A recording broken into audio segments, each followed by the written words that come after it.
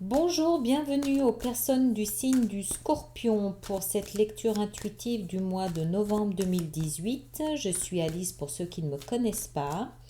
Pour les autres, je vous rappelle que c'est une lecture générale, que vous ne devez prendre que ce qui correspond et vous laisser de côté ce qui ne colle pas à ce que vous vivez actuellement. Et puis, on va voir donc ce que ce mois de novembre vous réserve dans quelques instants. Voilà, encore une. Voilà, là c'est bon. Alors, voyons voir. Scorpion, mois de novembre 2018. On a, waouh, la grande prêtresse pour commencer. Superbe. Je vais essayer de les mettre de manière à ce que vous les voyez. Ensuite, on a la 2 d'épée. D'accord, très bien. Ensuite, on a la 5 d'épée. D'accord, ok, je suis toujours d'accord. On a la 5 de coupe. D'accord. On a ici la 9 de bâton. Et puis ici, on a le chevalier de denier. D'accord. Oh, bien. Le soleil. On va le prendre.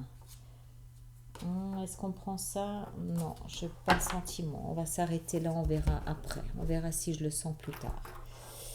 Alors, pour nos amis scorpions, ça va être un mois, ce mois de novembre, où vous allez être très tourné vers l'intérieur. Le mois de novembre, c'est un mois aussi peut-être où vous avez l'habitude, on entre dans l'hiver, on entre dans cette phase où on va un petit peu commencer à hiberner, un petit peu commencer à faire le point, le bilan de l'année, faire un petit peu des projections pour l'année prochaine. Mais avant d'être en mesure de faire des projections pour l'année prochaine, vous allez vous tourner à l'intérieur de vous. C'est un mois, on peut le voir ici, dans cette première rangée, même ici, où vous allez véritablement être tourné à l'introspection, tourné à l'intérieur. Qu'est-ce qui se passe à l'intérieur de moi? Où est-ce que j'en suis? Qui je suis? Pourquoi? Comment s'est passée cette année? Pourquoi j'ai fait ça?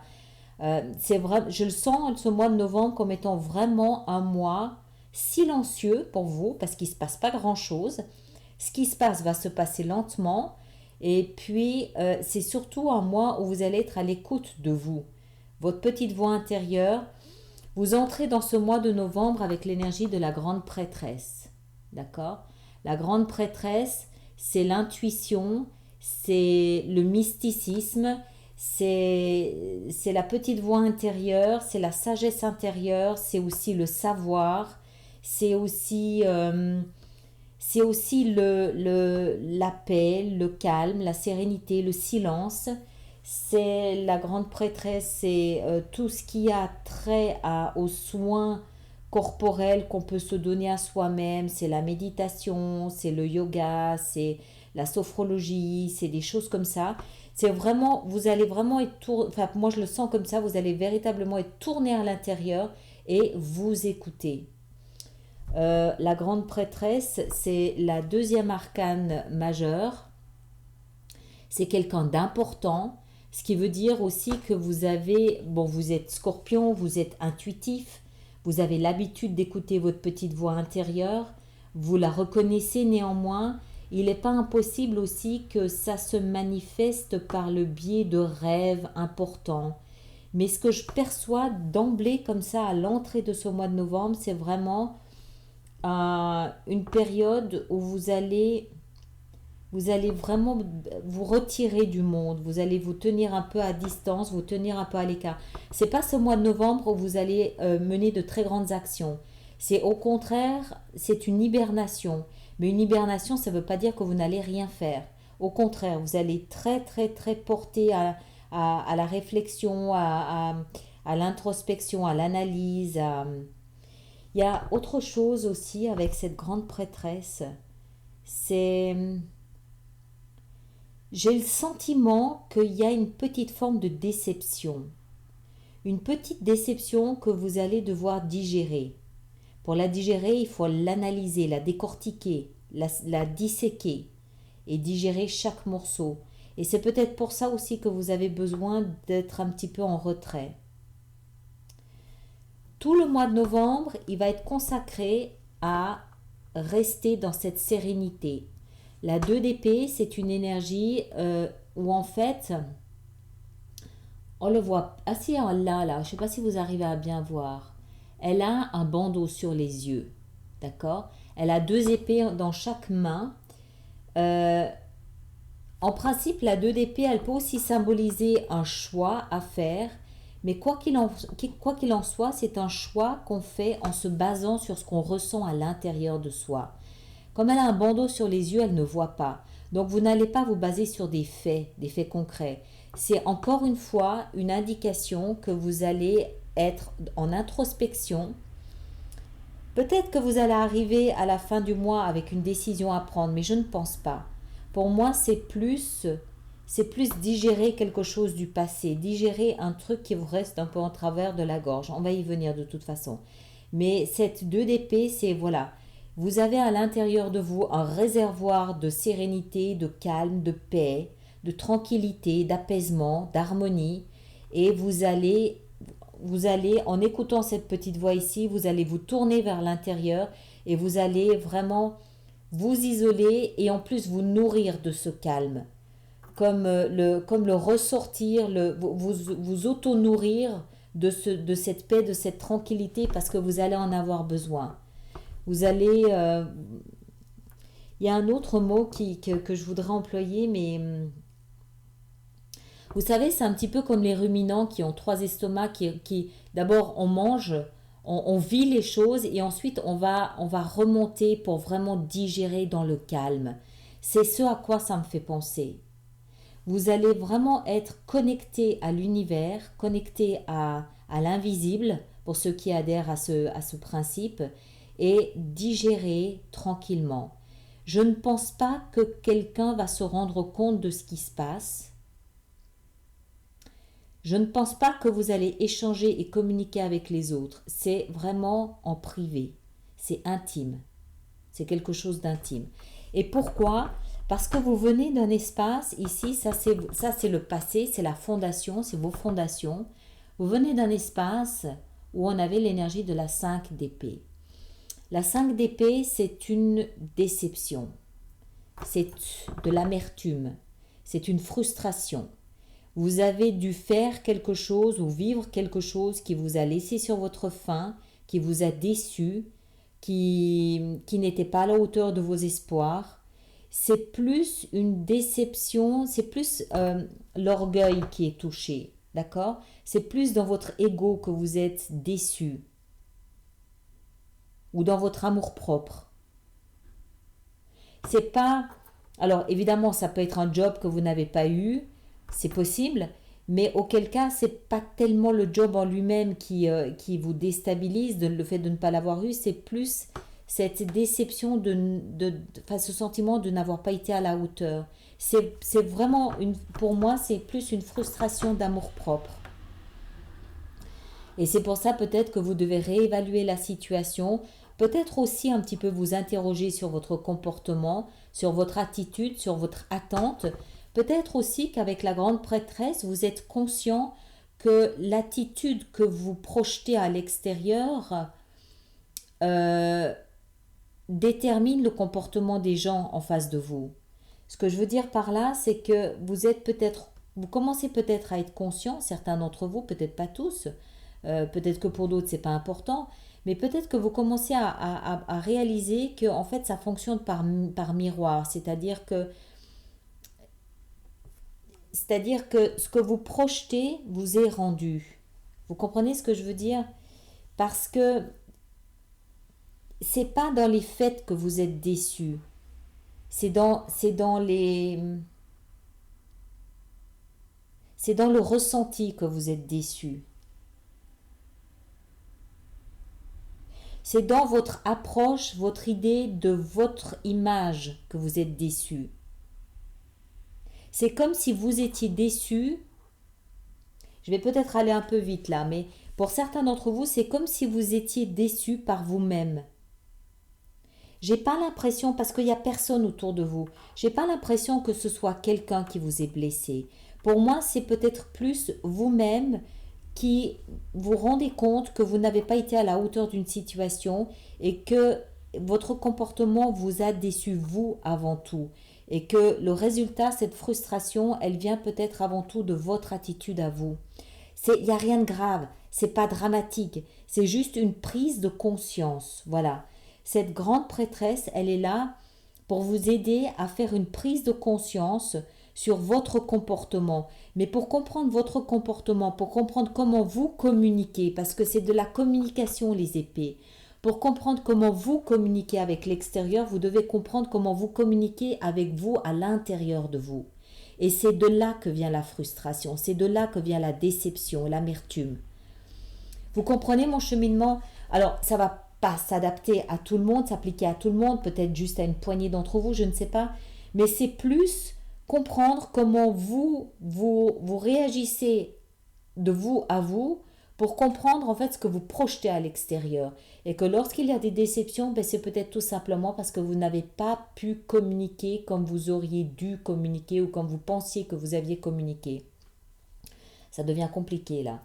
Là, ensuite, dans le présent, vous avez l'énergie de la 5 de coupe.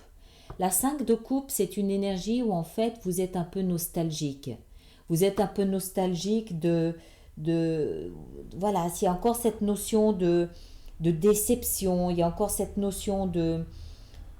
Pour moi, c'est lié. C'est cette frustration ici qui vous fait prendre conscience que vous n'obtenez pas ce que vous voulez émotionnellement. Le résultat que vous avez, il n'est pas à la hauteur de ce que vous espériez. Il y a une forme de déception. Mais on est 2 fois dans les 5 ici. Je fais juste remarquer qu'on a 2 5, ce qui veut dire qu'il y a un changement là-dedans. Pour moi, j'insiste, ce mois de novembre, c'est une prise de conscience. Une prise de conscience de votre attitude, de votre comportement. Avec un peu de nostalgie, un peu de mélancolie, un peu ce sentiment d'être incompris. Tout au moins il y a un manque affectif.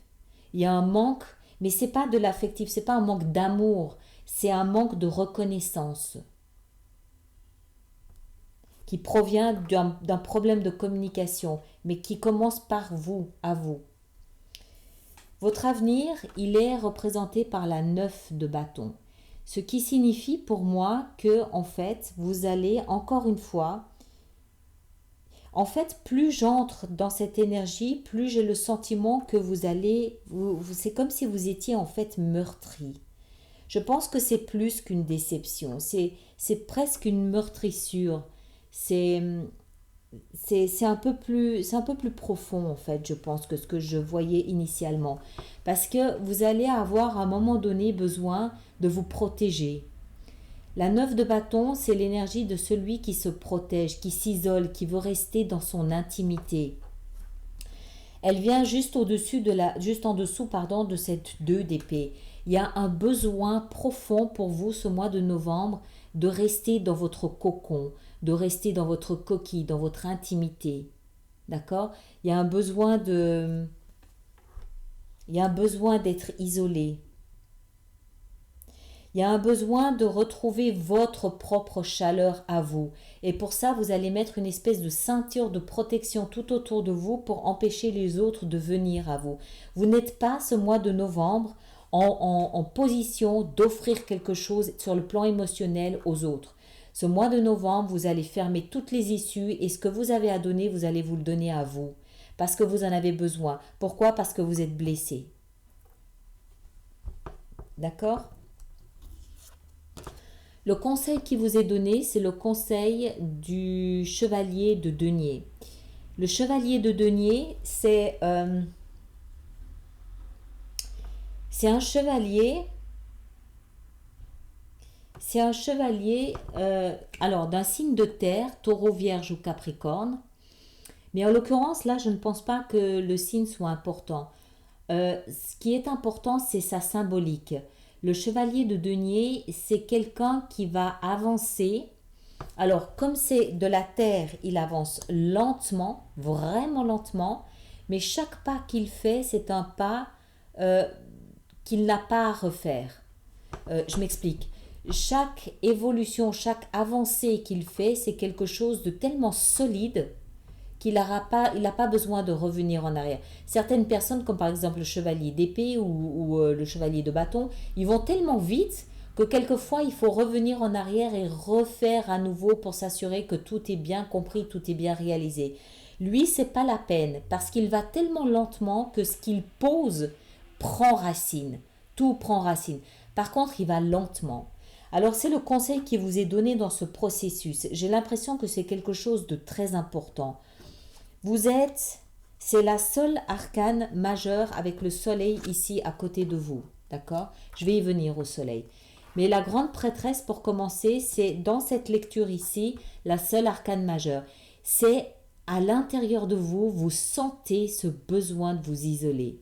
Vous le sentez. Ceux qui ne le sentent pas, c'est que cette lecture ne vous concerne pas. D'accord? C'est pas la peine d'assister, c'est que ça ne vous concerne pas. Pour ceux qui sentent cet appel à l'intérieur de vous, ça vous concerne. C'est quelque chose de primordial qui doit vous permettre, je pense, au final, de changer la façon que vous aurez de communiquer d'abord avec vous et ensuite à l'extérieur.